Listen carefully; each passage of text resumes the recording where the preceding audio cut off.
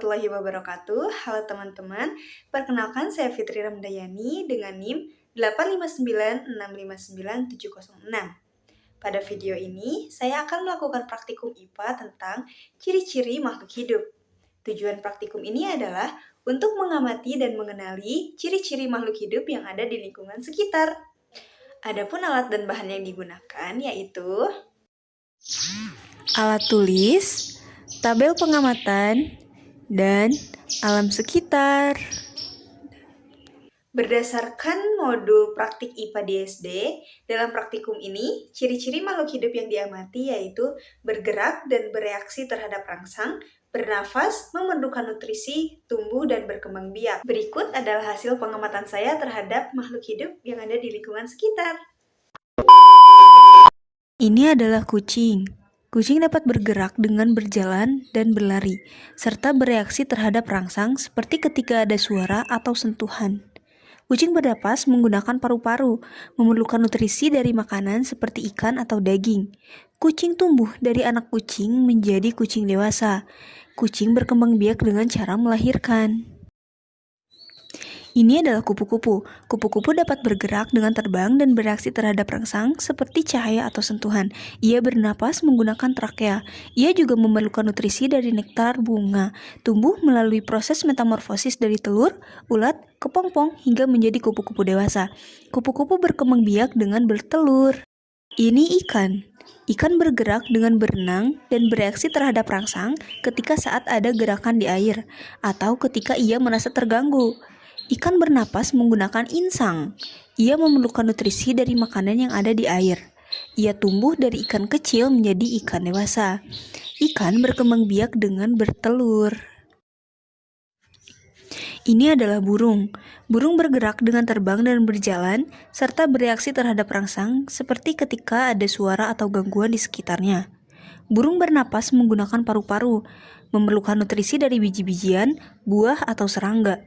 Burung tumbuh dari anak burung menjadi burung dewasa, dan ia berkembang biak dengan bertelur.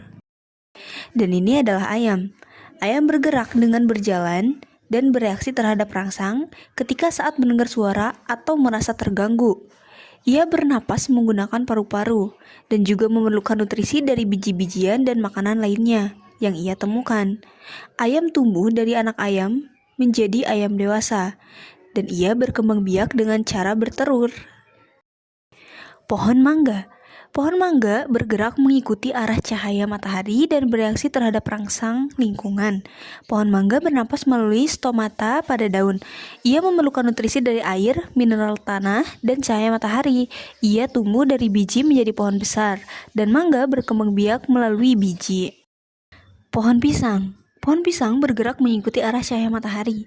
Ia bernapas melalui stomata. Pohon pisang memerlukan nutrisi dari air dan unsur hara tanah.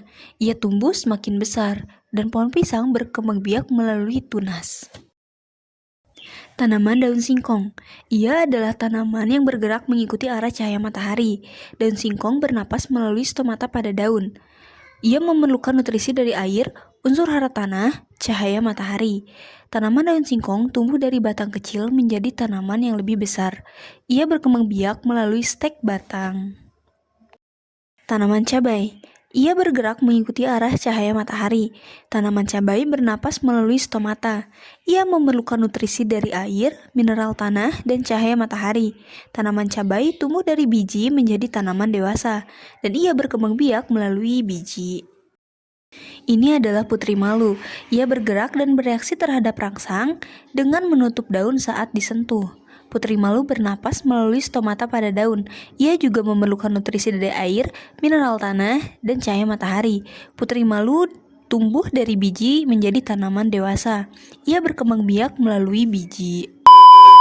Berdasarkan hasil pengamatan saya, semua makhluk hidup memiliki ciri-ciri kehidupan yang sama, walaupun dengan cara yang berbeda-beda. Sekian video praktikum dari saya. Terima kasih banyak. Wassalamualaikum warahmatullahi wabarakatuh.